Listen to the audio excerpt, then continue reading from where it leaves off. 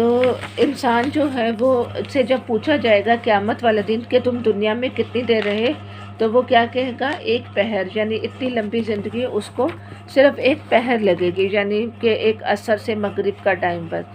سورۃ العبسہ مکی ہے، تو شروع ہوا اور بے روحی برتی اس بات پر کہ وہ اندھا اس کے پاس آ گیا، یعنی یہ عبداللہ بن قیوم کی ہے کے سلسلے میں نازل ہوئی ہے، کیونکہ مشرکین کے جو سردار تھے آپ صلی اللہ علیہ وسلم ان کو تبلیغ دے رہے تھے، تو اتنے میں ایک نبینا یہ صحابی آئے تو آپ صلی اللہ علیہ وسلم سے نصیحت حاصل کرنے آئے، تو آپ صلی اللہ علیہ وسلم کو اس کا ناگوار گزرا آنا، تو کیونکہ آپ کو امید تھی کہ مشرکین عرب جو ہیں وہ مسلمان ہو جائیں گے، تو جو کوئی انسان اگر معمولی ہوتا ہے دنیا میں تو آپ اگر اس کو امپورٹنس جو ہے وہ نہیں دیتے، لیکن اللہ کے نزدیک وہ بڑا ہوتا ہے، یعنی کمزور انسان جو ہے وہ قوی ہوتا ہے، جو رب کی طرف دوڑتا ہے، تو اس کا مقام اللہ کی نظر میں بڑا ہے۔ تو جو بے پرواہ شخص ہے، یعنی جیسے کہ مکہ کے جو سردار تھے، تم ان کو نصیحت دے رہے ہو اور قرآن کے پیچھے ان کے پڑھ گئے ہو، لیکن وہ نصیحت قبول نہیں کر رہے، تو لیکن جب ایک نبینا صحابی تمہارے پاس آیا، تو یہ جو ہے قرآن کی کتاب جو ہے وہ ایک نصیحت ہے، جس سے جو چاہے نصیحت حاصل کرے، چاہے وہ غریب ہو چاہے وہ امیر ہو۔ تو اللہ تعالیٰ کے نزدیک سب سے قریب کون ہوتا ہے؟ جو تقویٰ ہوتا ہے جس کے دل میں، جو پرہیزگار ہوتا ہے۔ پھر یہ قرآن جو ہے یہ تو قابل احترام صحیفوں میں درج ہے، تو جو شخص اس کتاب کو اہمیت دیتا ہے تو اللہ تعالیٰ بھی اس کو فضیلت بخشے گا۔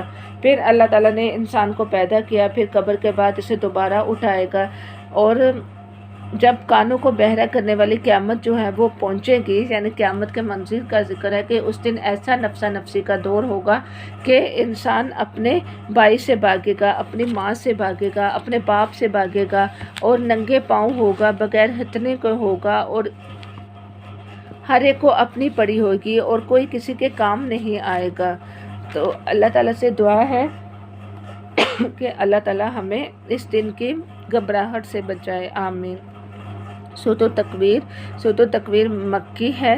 بسم اللہ الرحمن الرحیم۔ جب سورج لپیٹ دیا جائے گا، اور جب تارے بکھر جائیں گے، اور جب پہاڑ چلائے جائیں گے، اور جب 10 مہینے کی حاملہ اونٹنیاں اپنے حال پر چھوڑ دی جائیں گی، یعنی اس میں بھی قیامت کا ذکر ہے کہ جب سورج لپیٹ دیا جائے گا اور بالکل اندھیرا سا چھا جائے گا، اور اونٹنیوں کے مالک بھی غافل ہو جائیں گے، اور جانیں جسم سے ملا دی جائیں گی، یعنی روحیں جو ہیں وہ قبروں میں دوبارہ انسان کے ڈال دی جائیں گی، اور قیامت کے دن ایک جیسے عمل کرنے والے جو ہیں وہ اکٹھے کر دیے جائیں گے، یعنی گروپ کی شکل میں۔ پھر جو زندہ درگور لڑکی سے بھی پوچھا جائے گا اس کے دفن کے ہونے کے بارے میں، کیونکہ ایک صحابی تھا جس نے 8 بیٹیاں جو ہیں وہ دفن کی تھی دور جاہلیت میں، تو اس نے کہا تھا کہ میں کیسے کفارہ کروں، تو کیونکہ عربوں میں یہ بہت رواج تھا اپنی بیٹیوں کو زندہ دفنانے کا، تو ہر چیز کھول کے سامنے لا دی جائے گی، دوزخ بھی بھڑکا دی جائے گی، اور آخرت کے لیے انسان کو اپنا سامان جو اکٹھا کیا وہ سب سامنے آ جائے گا۔ پھر آتا ہے کہ سدرۃ المنتہا میں جب آپ صلی اللہ علیہ وسلم نے حضرت جبرائیل علیہ السلام کو دیکھا تھا تو ان کے 600 پر تھے، اور ان میں موتی اور یاقوت لگے ہوئے تھے، تو سبحان اللہ وہ کتنے پیارے تھے حضرت جبرائیل علیہ السلام۔ اور حضرت جبرائیل علیہ السلام نے آپ صلی اللہ علیہ وسلم کو جو ہے وہ یہ قرآن سکھایا، یعنی قرآن کی جو چین ہے وہ ہمارے پاس کتنے خوبصورت طریقے سے پیش آئی، تو کیا پھر بھی ہم اپنی زندگی میں قرآن کو اہمیت نہ دیں؟ سورۃ الانفطار مکی ہے۔ بسم اللہ الرحمن الرحیم۔ جب آسمان پھٹ جائے گا، اور جب تارے بکھر جائیں گے، جب سمندر پھاڑ دیے جائیں گے، اور جب قبریں کھول دی جائیں گی، اور اس وقت ہر شخص کو اس کا اگلا پچھلا سب کیا دھرا معلوم ہو جائے گا، یعنی جب آسمان پھٹ جائے گا تو اس دن کے بارے میں انسان سوچے، اور اپنے نامہ اعمال کے بارے میں سوچے کہ اے انسان کہ تجھے کس چیز نے دھوکے میں ڈال دیا کہ تو روز جزا کو جھٹلاتا ہے، قیامت کو نہیں مانتا۔ تو اس کے بعد فرشتوں کا جو ہے وہ ذکر ہے کہ فرشتے جو ہیں وہ اللہ تعالیٰ نے انسان پر جو ہے وہ مقرر کیے ہیں، اور وہ دن اور رات بدلتے ہیں، اور یعنی 2 وقت میں فرشتے اکٹھے ہوتے ہیں، عصر اور فجر کے ٹائم۔ تو عصر کی نماز انسان جو ہے وہ اور فجر کی نماز جو ہے وہ نہ چھوڑے، اور جو کہتا ہے الحمدللہ ذی کثیرہ، تو وہ وزن میں اتنے بھاری ہوتے ہیں کہ فرشتے سے لکھا بھی نہیں جاتا۔ تو رب سے پوچھا جاتا ہے کہ فرشتے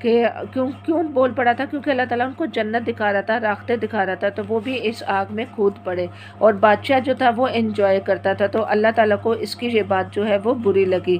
تو ایمان کی سلامتی کے ساتھ ہم جو ہیں وہ دنیا سے جو ہیں وہ جائیں۔ جیسے کہ اس صورت میں اصل میں یہ بتانا مقصود ہے کہ جتنے مرضی اسلام میں تمہارے مشکل حالات آ جائیں تو تم نے ایمان کو جو ہے وہ نہیں چھوڑنا۔ یعنی جیسے کہ حضرت بلال کا جو ہے وہ ان کے سینے پر پتھر رکھے جاتے تھے، پھر بھی وہ لا الہ الا اللہ کہتے تھے۔ تو ہمیں جو ہے وہ کسی بھی مشکلات سے جو ہے وہ گھبرانا نہیں چاہیے، کیونکہ ہمارے لیے اصل راحتیں جو ہیں وہ کہاں پر ہیں؟ جنت میں ہیں۔ کوئی بھی بیماری آ جائے، کوئی بھی غم آ جائے، کوئی بھی فکر آ جائے، تو ہماری نظر کس پر ہونی چاہیے؟ آخرت پر، کیونکہ مومن کو جب کوئی ایک کانٹا بھی چبھتا ہے تو پھر اس کا ایک یعنی جب اس کا ایک گناہ جو ہے وہ جڑ جاتے ہیں۔ پھر اس کے بعد انسان کو جو ہے وہ توبہ کر کے اپنی نئی زندگی شروع کرنی چاہیے، کیونکہ اسلام میں تو یہ بھی ہے کہ جو کوئی انسان توبہ کرتا ہے تو اس کی برائیاں بھی نیکیوں میں لکھ دی جاتی ہیں، تو اس سے زیادہ خوبصورت مقام اس کے لیے کیا ہے؟ سورۃ الطارق۔ سورۃ الطارق مکی ہے۔ قسم ہے آسمان کی اور رات کو نمودار ہونے والے کی، اور تم کیا جانو وہ رات کو نمودار ہونے والا کیا ہے؟ چمکتا ہوا تارا۔ کوئی جان ایسی نہیں جس پر کوئی نگہبان نہ ہو، اور پھر انسان یہی دیکھ لے کہ وہ کس چیز سے پیدا کیا گیا، یعنی جس کے اوپر کوئی نگہبان نہیں، یعنی نگران فرشتے جو ہیں وہ ہم پر جو ہے وہ مقرر ہیں۔ تو انسان کی ہر نیکی جو ہے اور برائی جو ہے وہ لکھی جاتی ہے، اور انسان کی نیت جو ہے وہ کاؤنٹ ہوتی ہے، اور پھر انسان کی حقیقت کا ذکر ہے کہ وہ کس چیز سے پیدا کیا گیا، ایک اچھلنے والے پانی سے۔ سورۃ العلیٰ۔ سورۃ العلیٰ آپ صلی اللہ علیہ وسلم جمعے میں پڑھتے تھے۔ جو شخص اللہ تعالیٰ سے ڈرتا ہے تو اس کے بارے میں سورۃ العلیٰ میں ذکر ہے کہ بسم اللہ الرحمن الرحیم، اے نبی صلی اللہ علیہ وسلم اپنے رب و برتر کے نام کی تسبیح کرو،